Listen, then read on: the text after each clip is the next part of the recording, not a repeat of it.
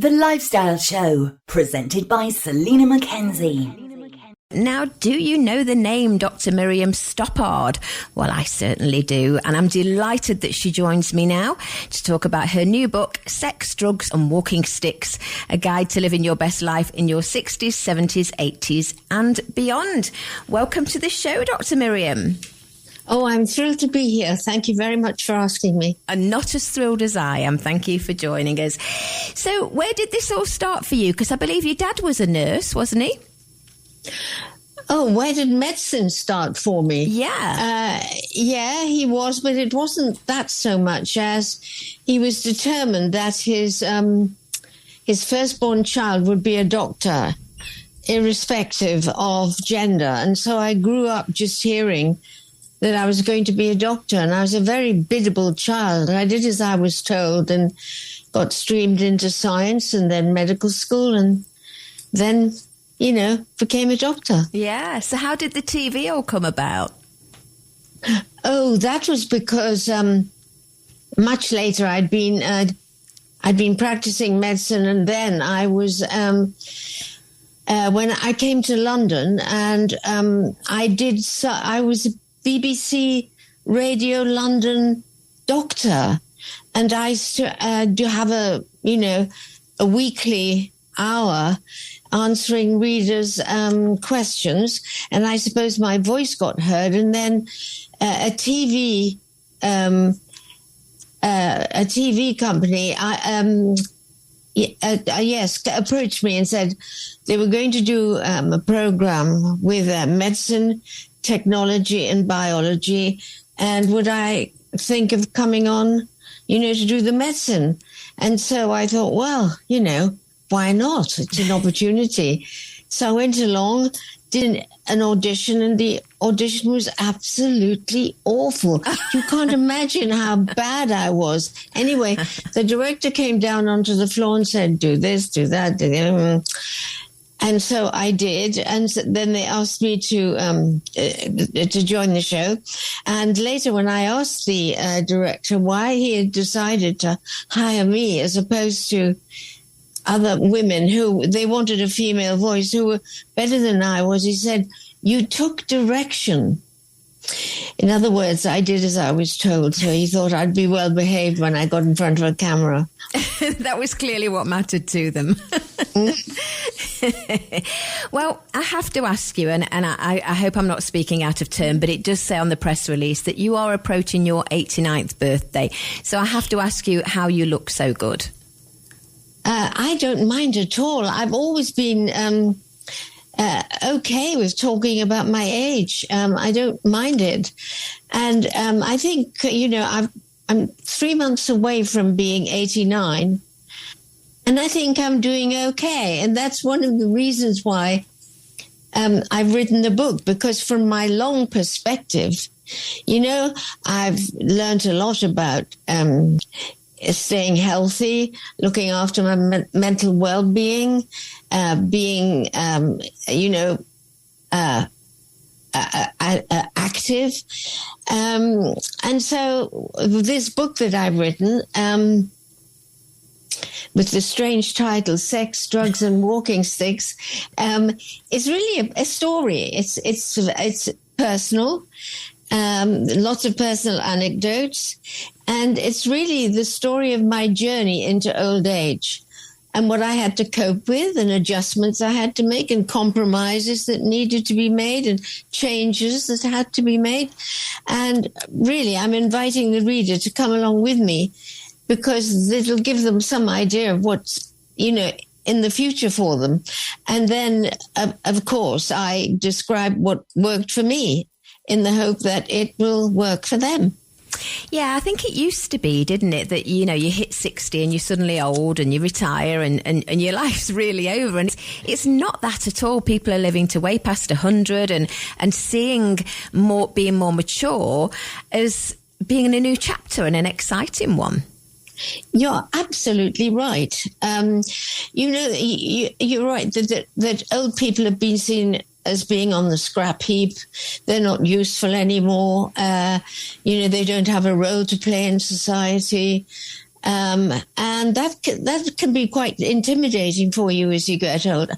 I'm exactly the opposite. I think we're like, good wine. We mature and we get better. And in fact, the book is full of evidence, full of research that shows we do get better, actually, as long as we look after ourselves. We eat properly, we exercise every day. It's not such a big effort to make, but you do have to make some effort. And, your life can be as interesting, as passionate, as full of wonderful things to do as it ever was. And I really want to get rid of this taboo, that we can't mention old age because you're past it. But of course you can, and we're not past it.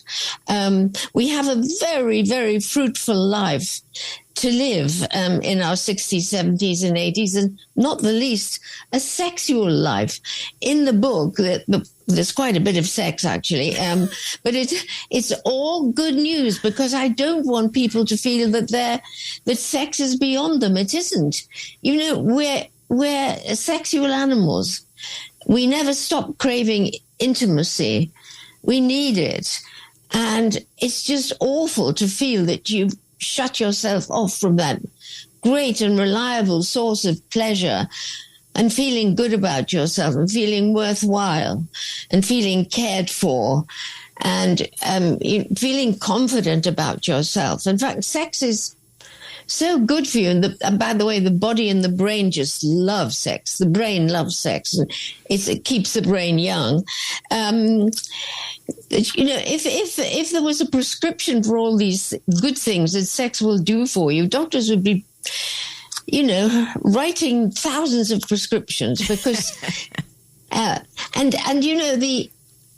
the news is all good. You don't have to lose that. Of course, you have to make adjustments, and of course, you have to be frank with your partner, or if you're alone, of course, you can please yourself. And you should please yourself, by the way, because for women, anyway, sex just gets better and better, more intense. The enjoyment is greater, and it can continue until you die, actually, I believe. Wow. Hear. I love that. You mentioned that there are some personal anecdotes in the book. Can you tell us a couple of them? They're kind of specific to certain situations that I've found myself in. I'm not sure that I don't have a book by me, and I haven't marked the book. So don't worry. I've put you on the spot there. It's not a problem. Thank you. So what is your top tip? I mean, like I say, I can see you because we're on Zoom, and your hair's shining, your skin's great. You're obviously still living life to the full. Are there any top tips for our listeners? I mean, do you do regular exercise? Do you eat well? All the usual things? I'm a bit of a fraud, actually, because I've always eaten well. My mum and dad were health and fitness fanatics, so we always had a very healthy diet. I mean, we were eating vegan food before the word even existed. We were very active, and so I've always looked after my diet, and if new research came out that said, that there were certain things that were important to us, I would examine the research and adopt it. I mean, one of the things that I adopted immediately, as soon as I read the research, and it was so good, is shortening my eating window.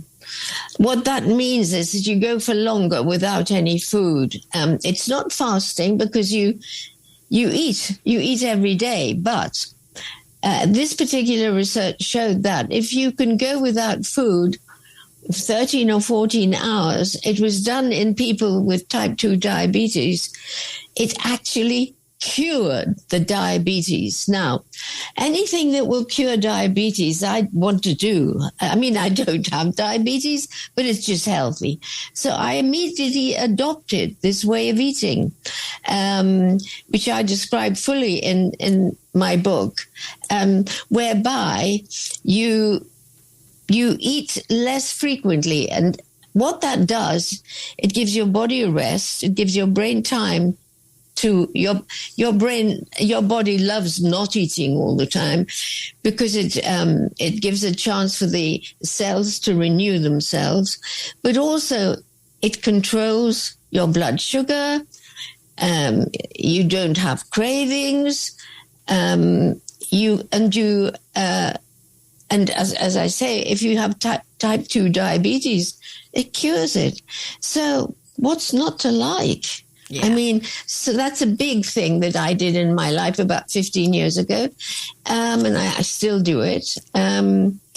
So actually, that's quite a good illustration of what the book is like. I'll be talking about something like weight or diet. And then I will throw in something like that piece of research I mentioned, which meant such a lot to me. And I adopted it. And I suggest that anyone who's reading or listening should adopt it too. And are you still practicing medicine? Oh, no, I haven't practiced for quite a long time because after specializing, and I specialized in dermatology, I went into the pharmaceutical industry doing clinical research into new drugs, and I was very fortunate. I worked for the company that pioneered the pill. So I knew quite a lot about hormones and HRT and related subjects. And then, I've kind of switched horses all my life. I believe that we've got such a big skill set that you should plumb into a new skill set every decade. So, I was a doctor, and then I went into the pharmaceutical industry, then I did television, then I started to write books, then I had my own business, and then I went into journalism. So, I've had a varied life, you might say. Yeah, that's probably what keeps you young as well, keeping busy and having a varied life. Well, more than that, though. More than that are my grandchildren. I've got 10 girls, 10 granddaughters, and 2 grandsons. And my granddaughters are absolutely amazing. And to be with them, frankly, is a life force. To be with them makes you want to live forever. So they're quite grown up now. Some have been to uni and have got jobs. Others are at uni. And my youngest is 8.5, and she certainly keeps me sharp. These girls, these women, they are so amazing, so much better than I was at their age. I'm in awe of them. They're so wonderful. And they're very nice to me, bless them. They ring me up and say, can I come round? Can I take you to lunch? Shall we go to the cinema together? Blah, blah, blah. And they're a reason to keep living, actually, my granddaughters. And have any of your grandchildren or your children followed in your footsteps? No. Oh, I was going to say not even in science, but I do. I have one granddaughter who's studying chemistry at uni, but nothing like medicine. I'm sort of...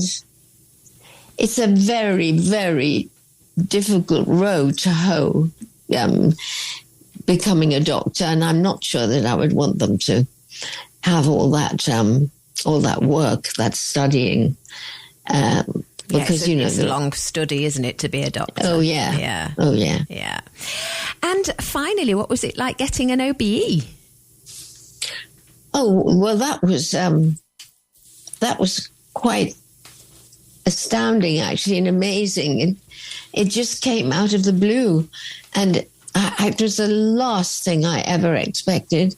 And going to the palace, and I was lucky. I got my OBE from the Queen. Wow! And she was so kind of twinkly and sparkly, and, and there were kind of loads of people waiting, to get their honors. And she was just so sweet to everybody. And that was unforgettable. Oh, yes, that was definitely a highlight in my life. I'm sure it was. Well, it sounds like an incredible book and long overdue for our listeners. It's called Dr. Miriam Stoppard, Sex, Drugs and Walking Sticks, A Guide to Living Your Best Life in Your 60s, 70s, 80s and Beyond. And she's a true testament to that. You said you'd written other books. Are they more like medical books or... Oh, well, I've usually written about what was happening in my life. So when I was having babies, I wrote about conception, pregnancy, birth, childcare, child development. And then I got a lump in my breast and wrote a book about breast cancer. Then I went through the menopause. I wrote a menopause book. And then grandchildren came along, so I wrote about being a grandparent. So I've usually written about, like I say, what's going on medically in my life. And most of those other books have been a bit clinical and a bit medical. This one is totally different. It's kind of really light, and it's got loads of stuff in about what happens to you as you get older, your body, your joints, your muscles, your brain, your heart, your lungs. It's got a load of stuff about that. But anyone who buys the book, I would direct you to the section on sex, because the news is so good. You will feel like a new person when you realize what's possible.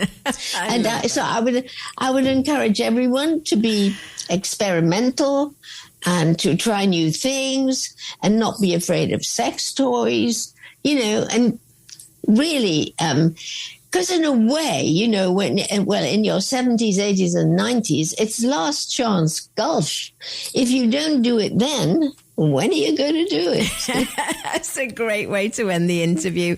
Dr. Miriam Stoppard, thank you so much for joining us today. It's a pleasure. Thank you. Thank you. Bye-bye. Bye-bye.